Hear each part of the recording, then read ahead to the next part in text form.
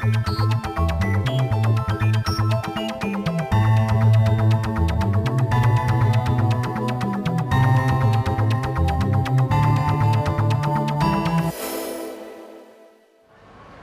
programa Destaque de hoje está aqui, com muito prazer, conversando com o Dr. Napoleão Tavares Neves. Ele é médico, se formou em 1958, mas, Dr. Napoleão, eu queria que o senhor, com as suas palavras, dissesse quem é o médico Napoleão.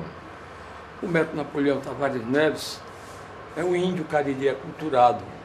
Eu sou um homem que me formei em medicina por vocação, mas eu gosto mesmo desse pé de serra, disso aqui.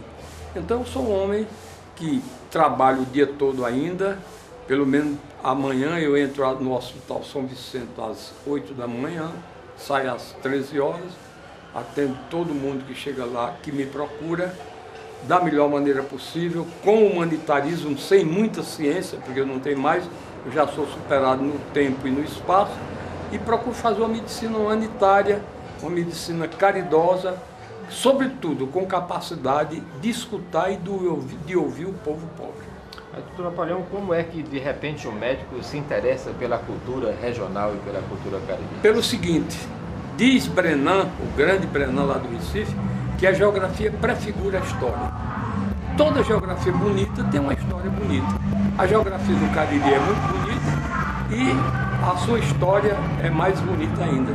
E eu, como sou caseiro, sou antissocial, não saio de casa, em vez de estar fazendo outras coisas, estou estudando a história regional, que eu acho linda e que procuro encontrar as partes escuras, com a grande preocupação de não ter mais capacidade nem vida para botar tudo no papel como você está botando. Doutor Napoleão, sobre o padre Cícero Romão Batista, qual o seu pensamento sobre esta figura?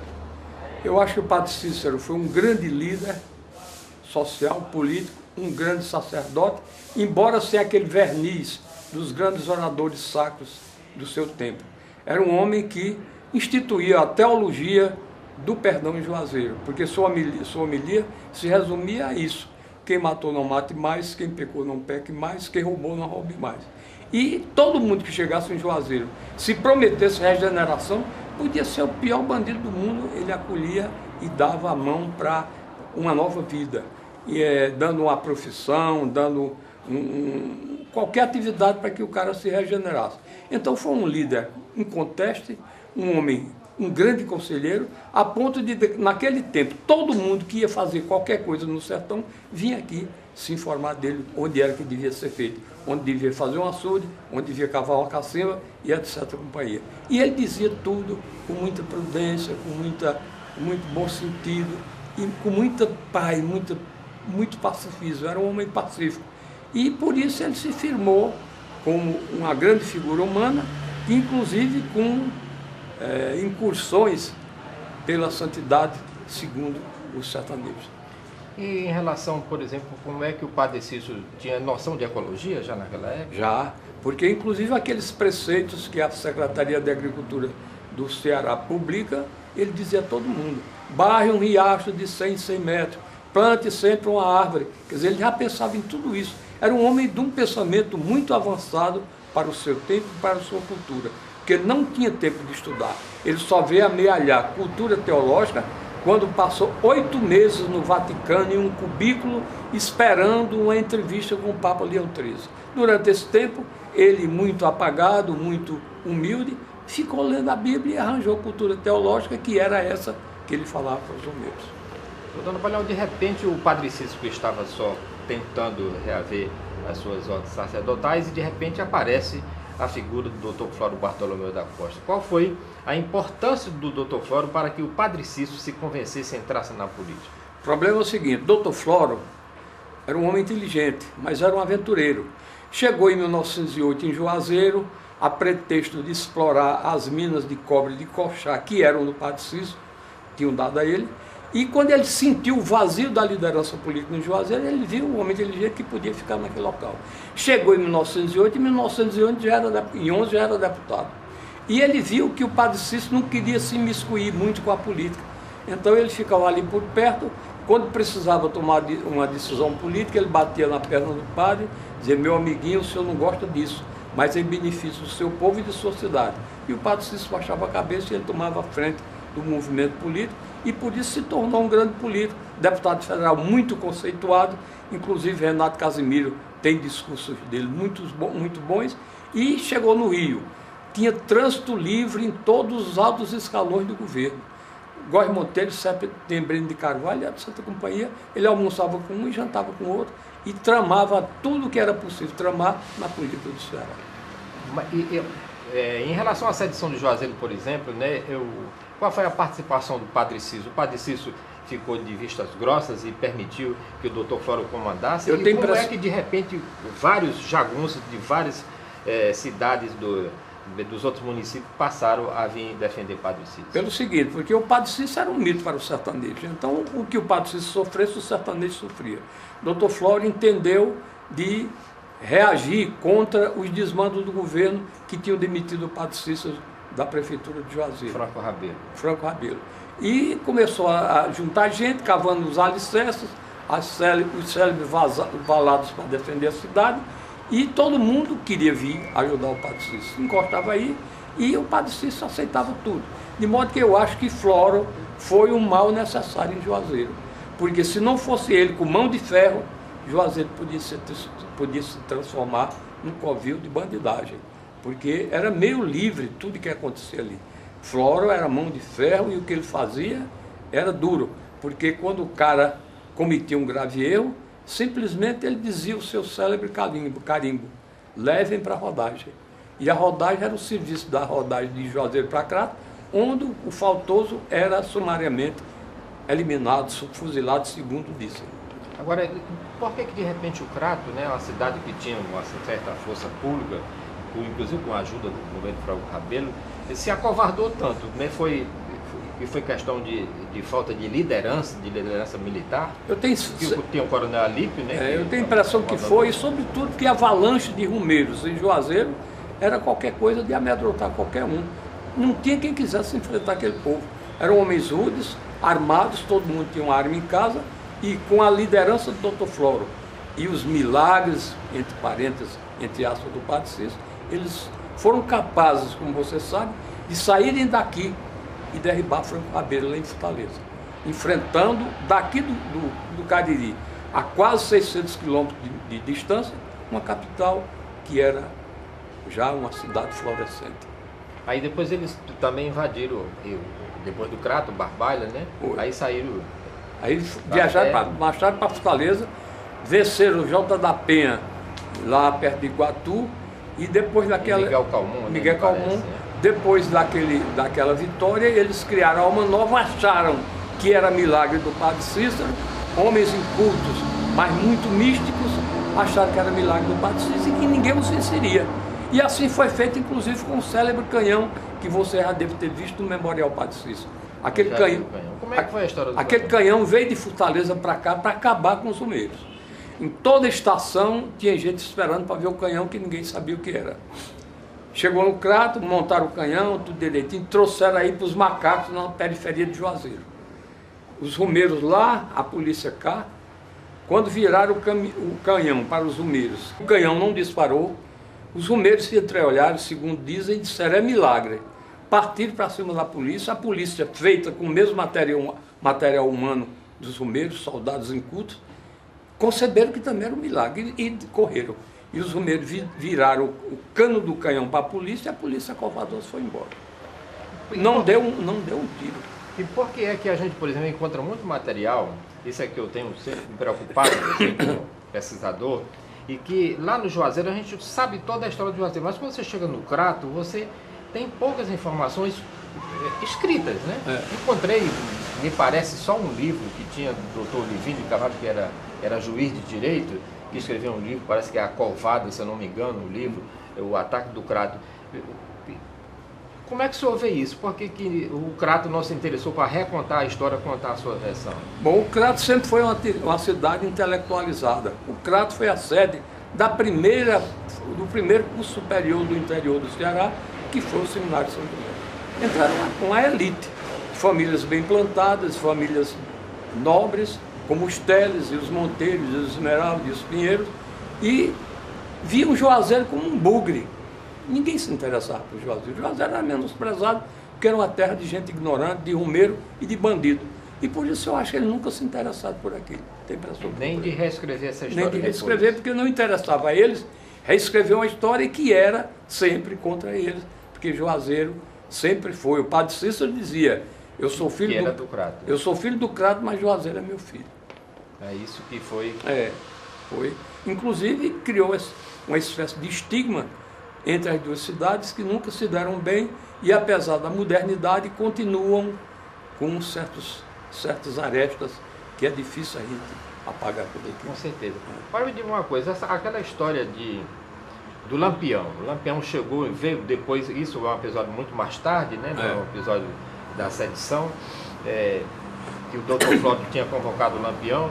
E o Lampião recebeu realmente essa patente lá ou é só folclore? Recebeu. Agora, uma patente fajuta, pelo seguinte, os batalhões patrióticos convocados por Dr. Flório, 2.000 homens, para defender o Cariri contra a coluna de Prestes, era uma entidade episódica. Na hora que a coluna Prestes fosse dissolvida, os batalhões também eram. Mas dentro dos batalhões patrióticos havia graduados. Um era tenente, outro era capitão. Então, quando convocaram Lampião para vir se incorporar aos batalhões patrióticos, disseram-lhe que ele seria anistiado e ele receberia a patente de capitão. Agora, não disseram que era capitão temporário. Ele pensava, ele muito inteligente, mas muito ignorante, pensava que era uma patente para o resto da vida, como da polícia e do exército. E não era uma coisa que, na hora que os batalhões fossem dissolvidos, a patente seria dissolvida. Então ele veio e, quando chegou em Juazeiro, que recebeu a tal da patente, que foi em uma folha de papel almaço, que nem cartolina existia naquele tempo, simplesmente Virgulino Ferreira da Silva, capitão Lampião, ele achou que aquilo era uma grande coisa. E quem assinou esse documento? Só o doutor Uchoa, que era o único representante do governo federal como funcionário em Juazeiro. E o doutor Uchoa, uma vez arguído em Recife, por que tinha dado aquele? Ele disse, naquela hora eu dava até a sentença de morte a Arthur Bernardes, porque não tinha como não dar. Eram 48 cangaceiros fortemente armados dentro de Juazeiro, homens rudes. Ele teve que dar. Agora... Aí o padre Cícero se envolveu nesse meio, chamou o Lampião, tem essa conversa? Não, dizem que quando o Lampião chegou na fazenda do Dr. Flório, que ficava ali na periferia, perto do shopping hoje, avisaram ao padre Cícero que o Lampião estava na cidade. Diz que ele coçou a cabeça, segundo o senhor Raimundo Gomes de Figueiredo, que era menino lá, e me disse, ele coçava a cabeça, andava de um lado para o outro da sala e dizia, dizem de mim o que dizem, quanto mais com esse homem aqui. Logo, ele não estava querendo Lampião, ele engoliu aquilo como um purgante. Era o jeito, as circunstâncias ditavam. E ficou muito, inclusive, chateado, e pegou um carro, naquele tempo, o carro do mestre Zé Luiz, que era o único que tinha em Juazeiro, um Ford, tomou o carro e foi lá visitar Lampião, ver Lampião. Lampião o recebeu muito bem, os cangaceiros se ajoelhando. Aí o padre Cícero conversou com ele e disse, meu amiguinho, você não pode ficar aqui.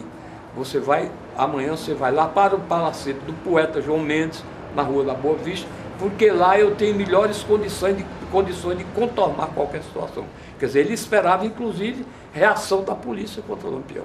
E levou para lá e ficou de longe vigiando, pediu à polícia para não hostilizar, porque ele era convidado do Dr. Flório e vinha para defender a cidade, e Lampião ficou lá, aquele 2 ou 3 dias, muito bem cortejado, recebeu a visita do Dr. Otacílio Macedo, que era médico em Crato, que veio entrevistá-lo e que era irmão do brigadeiro José Sampaio de Macedo, recebeu a visita de Lauro Cabral, daquele Barbalho, que era um fotógrafo, a visita de Pedro Maia de Crato, que era fotógrafo. Aliás, a melhor fotografia de Lampião foi aquela que Lauro Cabral tirou em Juazeiro, com um chapéu de feltro que ele comprou aqui na Casa Sampaio.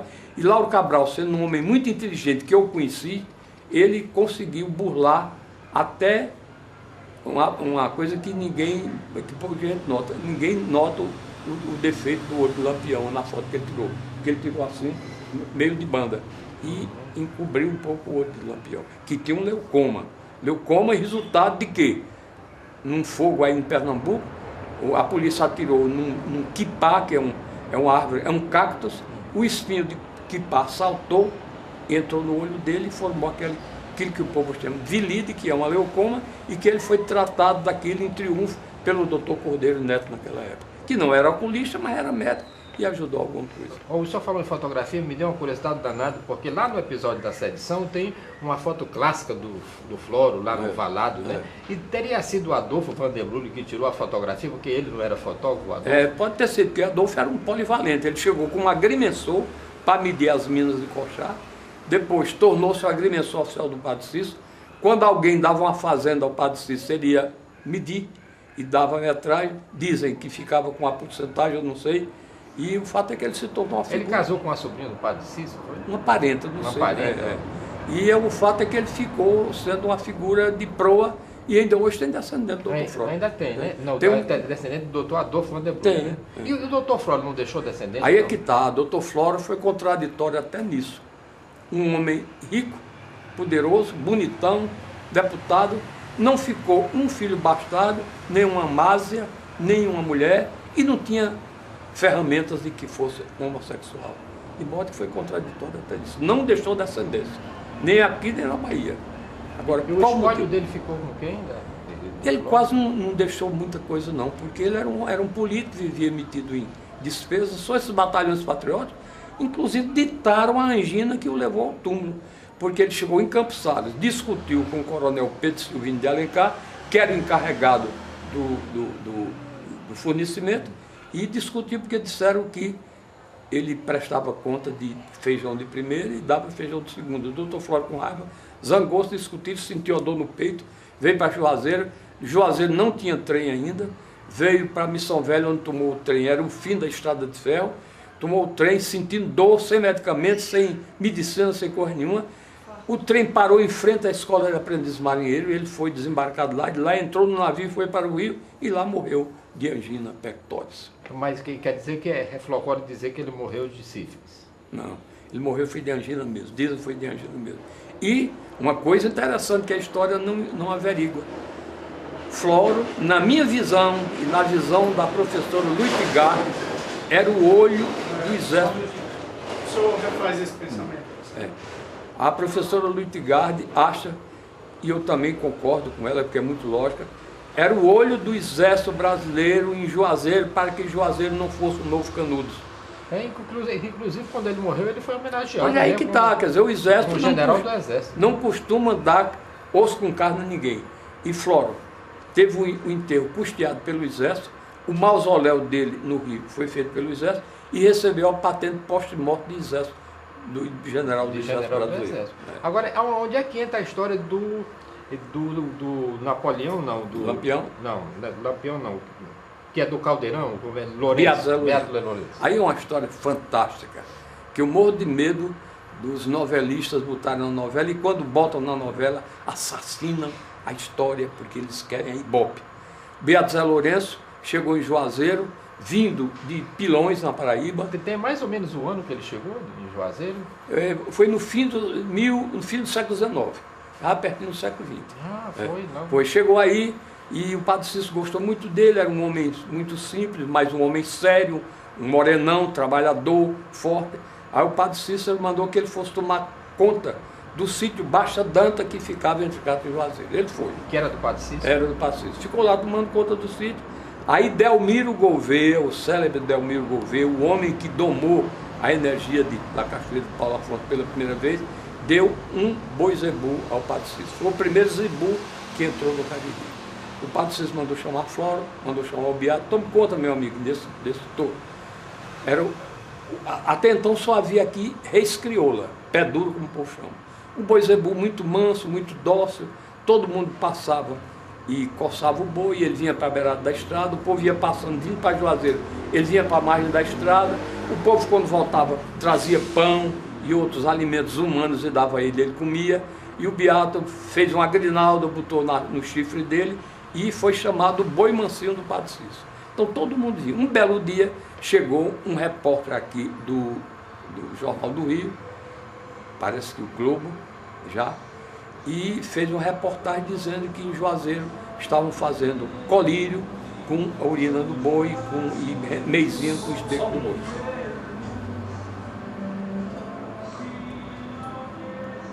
O senhor fala sobre a rendinha Retoma de novo a rendinha do boi, que foi feito. Não, o repórter, chegou o repórter do Rio. O repórter do Rio fez essa reportagem, levou para o Rio, publicou, e os deputados começaram a dizer chacota com o doutor Floro. Ó, Floro, o que é que estão fazendo em sua terra? Estão fazendo colírio de esterco de boi, essa coisa toda. Floro zangou-se, veio decretado, como diz o povo, a acabar com o boi oncinho. Chegou aí, contou a história ao Padre Cícero, mostrou a manchete do jornal, talvez do Globo, parece que era, e mandou chamar Floro. Floro veio com o boi na frente e a multidão atrás, que já era um boi santo, boi mansinho. Isso era mais ou menos em 1920? Era mais ou menos, que veio quando foi isso, mais ou menos isso, nessa época. Um pouquinho antes. Um pouquinho antes.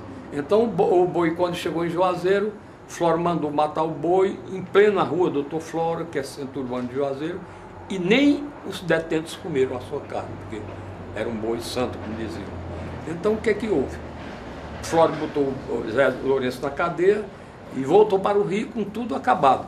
O padre Cícero foi visitar Floro, ou foi visitar Zé Lourenço, e Zé Lourenço chorando disse: meu padrinho, eu não fiz nada, por que é que eu estou preso sem crime? O que eu fiz foi cuidar do seu boi. Aí o padre disse: eu vou embora. Não vai embora, meu amigo, você é um homem de muita capacidade. Eu recebi agora um terreno além do Crato, 6 léguas, o Caldeirão, você vai para lá, você, trabalhador como vai transformar aquilo num pomar. Então você barre aquele riacho de 100 em 100 metros e vá para lá e está tudo resolvido. Beato Zé Lourenço foi e em pouco tempo, em 1937, o Caldeirão já tinha 2.000 almas, gente trabalhando para o monte, como eles chamavam, não havia salários, mas todo mundo trabalhava para todo mundo, era uma sociedade comunitária, solidarística, até certo ponto socializada, mas sem nenhuma conotação comunista, porque não havia ainda comunismo praticamente por aqui.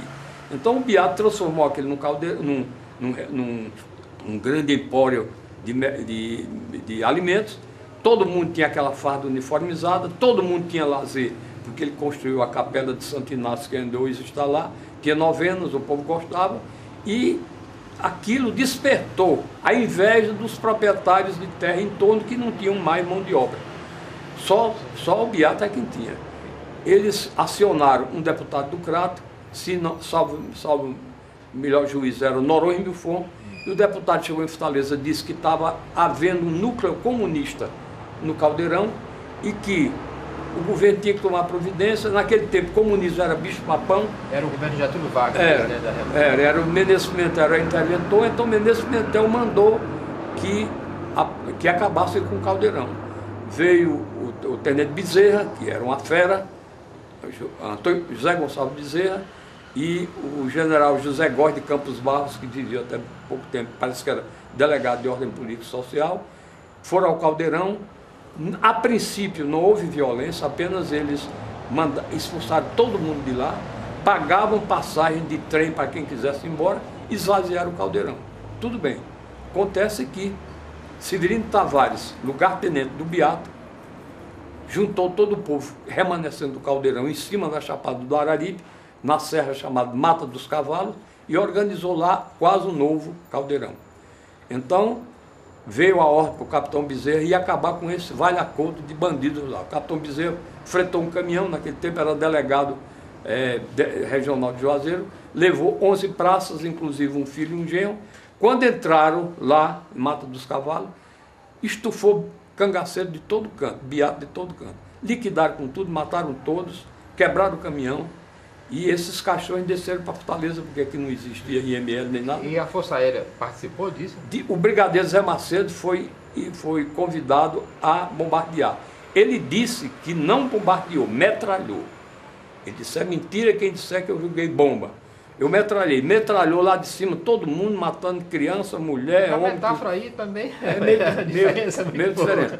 Então acabaram com tudo, e o morticínio do Caldeirão não foi no Caldeirão, foi no Mata dos Cavalos, em cima da chapa. Mas o Zé Lourenço não estava lá. Zé Lourenço tinha fugido para Exu, comprou uns terrenos lá chamados Sítio União.